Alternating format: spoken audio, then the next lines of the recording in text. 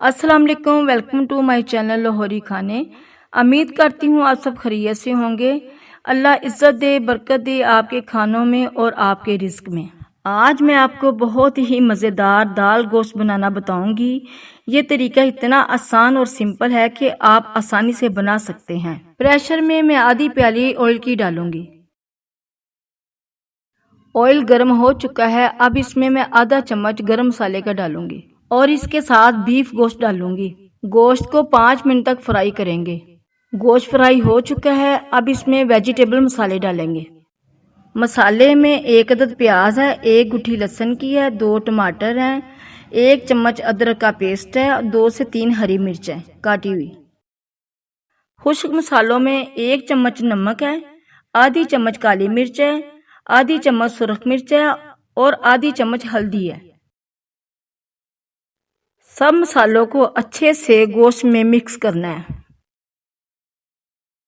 मसाला mix हो चुका है। अब इसमें 2 गिलास पानी के डालूंगी।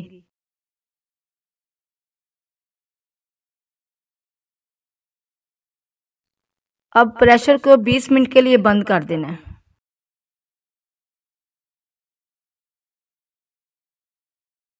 प्रेशर का टाइम पूरा हो चुका है। अब मैं प्रेशर को खोलूंगी। आप देख सकते हैं मसाला और गोश्त अच्छे से गल चुका है। एक एक टिप्स को आपने अच्छे से देखना है ताकि आपसे कोई गलती ना हो जाए। गोश्त अच्छे से भुन चुका है। अब इसमें मैं चने की दाल डालूंगी। बोल को अच्छे से साफ कर लेना है और चने की दाल को गोश्त में अच्छे से मिक्स कर देना है। अब इसमें 2 गिलास पानी के डालूंगी। दाल को 10 से 12 मिनट के लिए प्रेशर लगाऊंगी। 12 मिनट हो चुके हैं। अब प्रेशर को खोलते हैं। प्रेशर के टाइम का ख़ास ख्याल रखें। जो टाइम मैं आपको प्रेशर का बताती हूँ उसी टाइम पे प्रेशर खोला करें। प्रेशर खोलने के बाद 2-3 मिनट तक पकाना है और इसको मिक्स करते रहना है। दाल गोश्त हमारा बिल्कुल तैयार है। इसमें थोड़ा सा सब्ज़ धनिया डाल के इसको डिश आउट करूँगी।